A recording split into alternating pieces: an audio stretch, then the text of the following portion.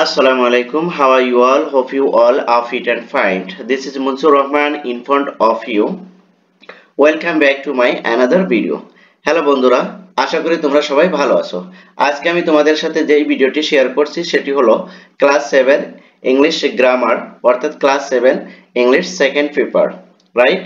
Unit 1 lesson 1 page 3 এবং activity ই, right? Activity ই, কারণ এর আগে আমি তোমাদের জন্য একটি ভিডিও মেক করেছিলাম, সেটা ছিল হলো অ্যাক্টিভিটি ডি, আর সেটা পার্ট ছিল হলো 3। তোমরা যারা ওই ভিডিওটি দেখো নাই তারা ওই ভিডিওটি দেখে আসলে খুব সহজেই এই ভিডিওটা বুঝতে পারবে।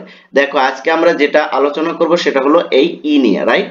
ইতে দেখো কি বলছে, complete the sentence, complete this sentence with a singular or plural noun, right? অর্থাৎ সেন্টেন্সটা কি করতে হবে, কমপ্লিট করতে হবে সিঙ্গুলার বা প্লুরাল নাউন দিয়ে এটা পূর্ণ করতে হবে। তাহলে চলো আমরা মূল ভিডিওটি শুরু করি। দেখো এতে কি বলছে, দেখো একটু খেয়াল করো। এতে বলছে the dash stops outside our house. কি বলছে যে কি আমাদের বাড়ির বাহিরে কি একটা কিছু স্টপ করে আছে। তাহলে এখানে কি হবে, কার হবে না কার্স হবে? এখানে কি হবে, এই যে কারটা হবে, রাইট? এই যে যেটা যেটা আনসার হবে সেটা আমি কিন্তু এখানে মার্ক করে দিচ্ছি, তোমরা এখান থেকে নোট ডাউন করে নিবে, রাইট? তাহলে কি হবে, কার হবে। দা কি, তাহলে এর মিনিংটা কি আসে, দা কার স্টপস আউটসাইড আওয়ার হাউস। কি করে, গাড়িটি আমাদের বাড়ির কোথায় দাঁড়িয়ে আছে, বাড়ির সামনে থামানো আছে বা দাঁড়িয়ে আছে, রাইট? তারপর দেখো 2 নাম্বার, দেখো the dash were waiting for me. কি করছে, তারা কি করছে, আমার জন্য অপেক্ষা করছে, রাইট? এখানে একটু খেয়াল করো, চিলড্রেন হবে নাকি চাইল্ড হবে, শিশু হবে নাকি শিশুরা হবে, এখানে এটা ফাইন্ড আউট করবে কিভাবে। এই যে দেখো এই যে এখানে ওয়্যার আছে, রাইট? এই ওয়্যারটা কি, ওয়্যারটা হলো প্লুরালের সিম্বল, যার কারণে আমি এখানে চাইল্ড হবে না, এখানে কি হবে, চিলড্রেন, শিশুরা, রাইট? এই যে এটা কিন্তু আমি এখানে মার্ক করে দিলাম, রাইট? তাহলে কি হবে, the children were waiting for me. কি করছে, শিশুরা আমার জন্য অপেক্ষা করছে। তারপরে দেখো ই নাম্বারটা, দেখো ই নাম্বারে কি বলছে, the dash are in the self. কি বলছে যে ড্যাশ আর দা সেলফ, সেলফে কি আছে, তাহলে এখানে কি হবে, দেখো তো বুক হবে না বুকস হবে, বুক হবে না বুক হবে না। দেখো একটু অনুমান করো, এই যে এখানে আর আছে না, আরটা কি প্লুরাল না, যার কারণে এখানে বুক না হয়ে এখানে কি হবে, বুকস হবে, রাইট? বুকস হবে। তাহলে এর মিনিংটা কি হবে, the books are in the shelf, অর্থাৎ সেলফের ভিতরে কি আছে, বই আছে, বইগুলো আছে, রাইট? প্লুরাল হবে, রাইট? বইগুলো তাকের উপর আছে, এরকম মিনিং দিবে। তারপরে দেখো 4 নম্বরে কি বলছে, 4 নাম্বারটা একটু খেয়াল করো।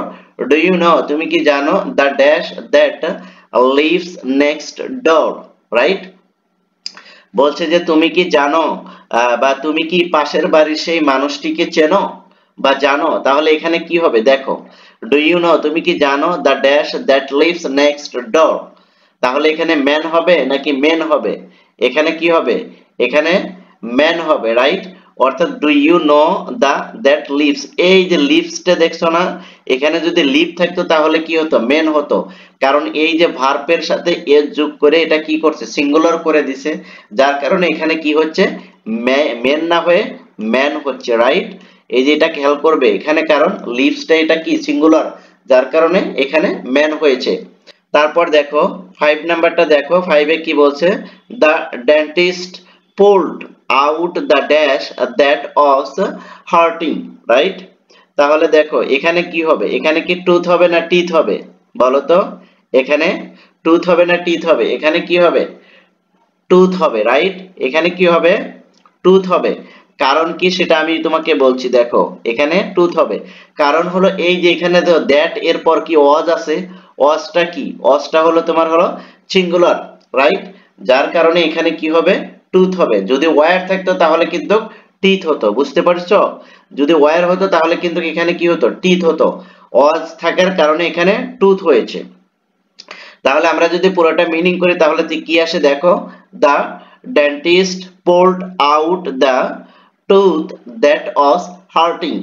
এর অর্থটা কি আসে, দেখো তাহলে এর অর্থটা দ্বারা হলো দন্ত চিকিৎসক কি করেছে, দন্ত চিকিৎসক সেই দাঁতটি তুলে দিয়েছে যেই দাঁতটি ব্যথা দিচ্ছিল, রাইট? তাহলে দেখো পরের 6 নাম্বারটা একটু দেখো। 6 নাম্বারটা, the dash who was waiting here has gone home, right? তাহলে দেখো এখানে কি হবে, এখানে বয় হবে নাকি বয়েস হবে? দেখো এখানেও তোমাদেরকে খেয়াল করতে হবে, এই যে was, হুর পরে এই যে was আছে, wasটা কিসের সিম্বল? এটা হলো সিঙ্গুলারের সিম্বল, যার কারণে এখানে আমার বয়েস না হয়ে কি হবে, বয় হবে, রাইট? তাহলে দেখো the boy who was waiting here has gone home, তাহলে এর মানেটা কি আসে, যেই ছেলেটি এখানে অপেক্ষা করেছিল সে বাসায় চলে গেছে। তাহলে দেখো এখানে কি হবে, বয় হবে, কারণ এই যে এখানে অজ আছে, রাইট? যার কারণে কিন্তু এখানে বয় হচ্ছে, বয়েজ হচ্ছে না, রাইট? আশা করি তোমরা বিষয়টা বুঝতে পেরেছো। সো এর পরের ভিডিওতে আমরা কি করব, এই যে অ্যাক্টিভিটি এফ, এটা নিয়ে আলোচনা করব, অর্থাৎ এটা কিন্তু আমরা পুরোটাই আলোচনা করব যাতে তোমরা কি করতে পারো, প্রপারলি তোমাদের প্রিপারেশনটা কমপ্লিট করতে পারো। ওকে, এই ভিডিওটি তোমাদের বুঝতে যদি কোথাও সমস্যা হয় তাহলে অবশ্যই আমাকে কমেন্ট সেকশনে জানাবে, আমি তোমাদের কমেন্টসের রিপ্লাই দেব ইনশাআল্লাহ। আর এরকম ভিডিও যদি তোমাদের কাছে গুরুত্বপূর্ণ মনে হয় তাহলে অবশ্যই ভিডিওটি তোমাদের ফ্রেন্ড সার্কেলের ভিতরে শেয়ার করে দিবে এবং তাদেরকেও দেখার সুযোগ করে দিবে। থ্যাংক ইউ সো মাচ, আল্লাহ হাফেজ।